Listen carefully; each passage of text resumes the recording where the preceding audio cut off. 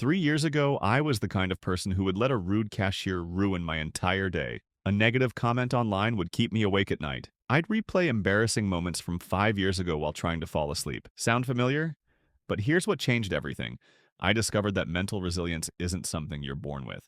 It's something you build, brick by brick, choice by choice. And today, I'm going to show you exactly how I constructed what I call a bulletproof mentality. By the end of this video, you'll have the 5 pillars that transformed me from someone who crumbled under pressure into someone who actually grows stronger from it. So stick around, because this isn't just theory. This is the exact blueprint I used. Let me paint you a picture of where I started. Picture this. It's a Tuesday morning. I'm running late for work because I spent 20 minutes staring at my reflection, convinced everyone would notice the tiny pimple on my forehead. I finally leave the house, and the first thing that happens? The barista at my coffee shop seems a little less friendly than usual. Immediately, my brain goes into overdrive. Did I say something wrong yesterday?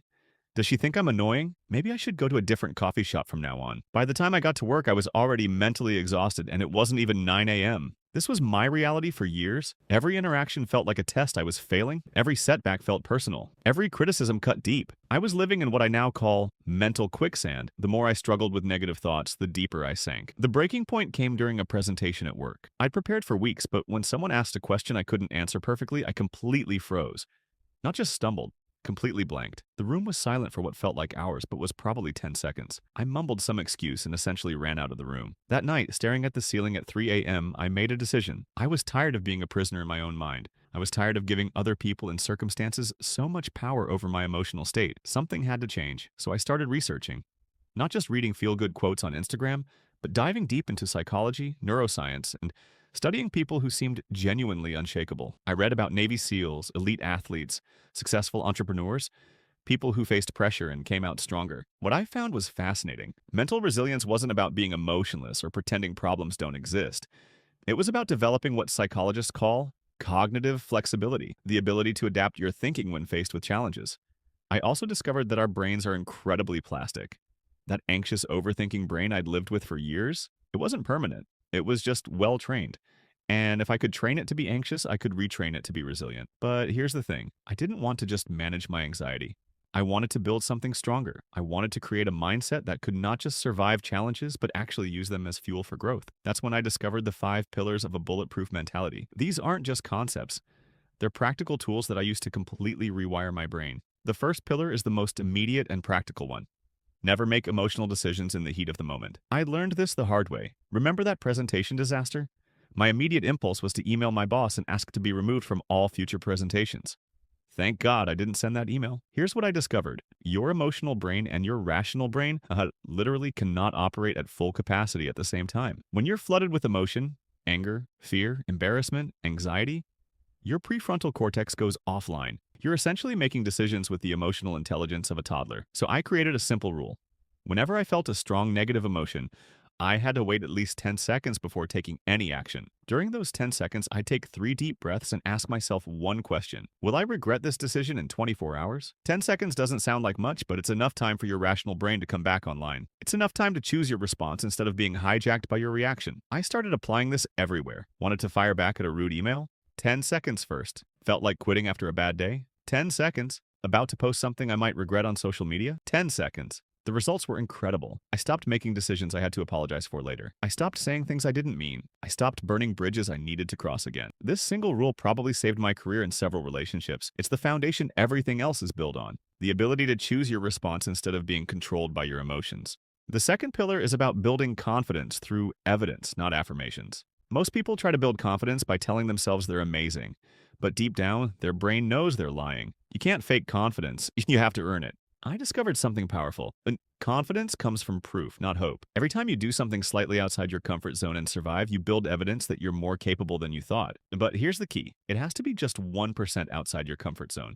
Not 50%, not 20%, just 1%. I started tiny. If I was nervous about speaking up in meetings, I didn't aim to give a presentation. I aimed to make one comment per meeting. If I was anxious about social situations, I didn't throw a party. I made small talk with one cashier per week. Each tiny victory became evidence. I spoke up in that meeting and nothing bad happened. I had that conversation and it went fine. I tried that new thing and I figured it out. After 3 months of 1% improvement, something incredible happened. My brain started believing I was someone who could handle challenges. Not because I told myself that, but because I had dozens of pieces of evidence proving it. I tracked these small wins in a simple note on my phone. Bad day?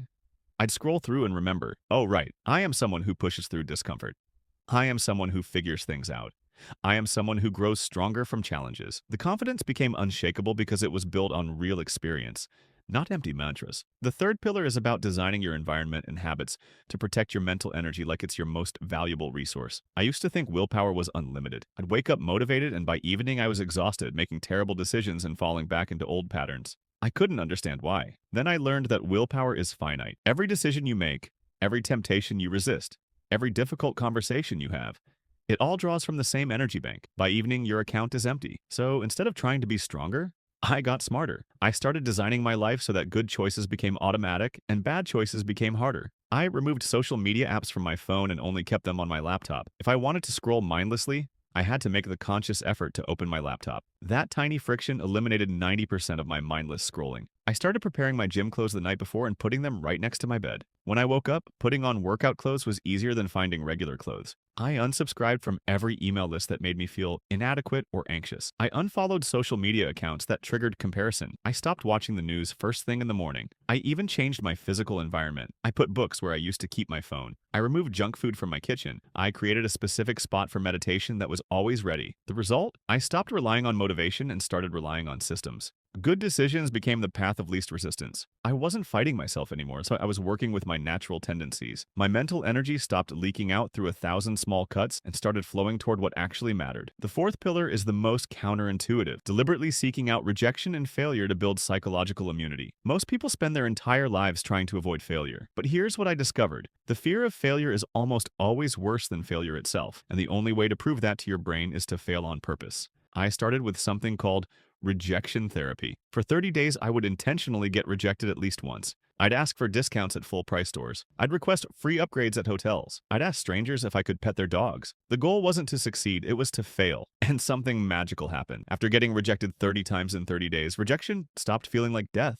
It just felt like information. Then I expanded this to bigger areas of my life. I started applying for jobs I was slightly underqualified for. I started pitching ideas I wasn't sure would work.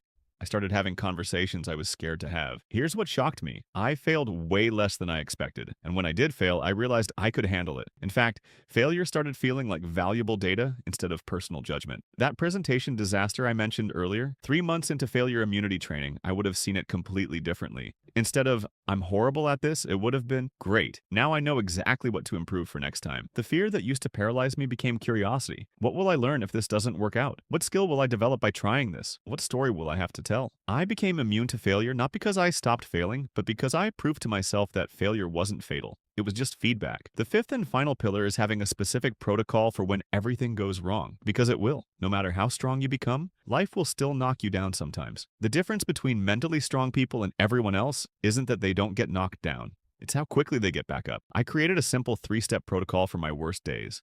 Step 1, the 24-hour rule. When something really bad happens, I give myself exactly 24 hours to feel sorry for myself. I don't try to be positive. I don't look for silver linings. I let myself be human. I eat ice cream. I complain to my friends. I have my pity party. But after 24 hours, it's over. Step 2, the 3-question reset. After my 24 hours are up, I ask myself 3 questions. What can I control about this situation? What can I learn from this? What's one small step I can take today to move forward? I don't try to solve everything at once. I just focus on what's in my power. Step 3, the comeback plan. I create a specific plan for rebuilding momentum. Not a big dramatic comeback, just small daily actions that prove to myself I'm moving in the right direction again. Here's why this works. It gives your emotions a container. You're not trying to suppress them or pretend everything is fine.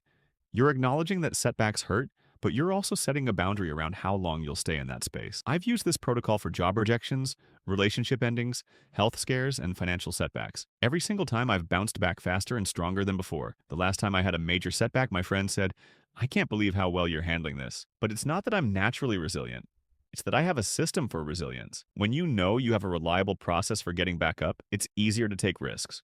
When you trust your ability to bounce back, you stop being afraid of being knocked down. So where am I now, 3 years later? That same coffee shop scenario plays out very differently. The barista seems less friendly, I barely notice, and if I do, I assume she's having a tough morning and make an extra effort to be kind. That work presentation situation? Last month I had a similar experience. Couldn't answer a question perfectly, but instead of freezing, I said, "That's a great question. I don't have the complete answer right now, but let me research that and get back to you." The room didn't collapse. People respected my honesty. I'm not bulletproof because nothing affects me. I'm bulletproof because I've built the tools to handle whatever does affect me. I've trained my mind to be my ally instead of my enemy. And here's the beautiful thing. You can build this too. Start with just one pillar. Pick the one that resonated most with you and commit to practicing it for the next 30 days. Remember, mental resilience isn't about being tough all the time. It's about being flexible, adaptive, and choosing responses that serve your growth rather than feed your fears. Your bulletproof mentality is waiting for you to build it. The question is, are you ready to start construction? If this video helped you, hit that like button and subscribe for more content on building mental strength. And let me know in the comments, which pillar are you going to start with? Thanks for watching, and remember, every expert was once a beginner. Your journey to unshakable confidence starts with a single choice to grow.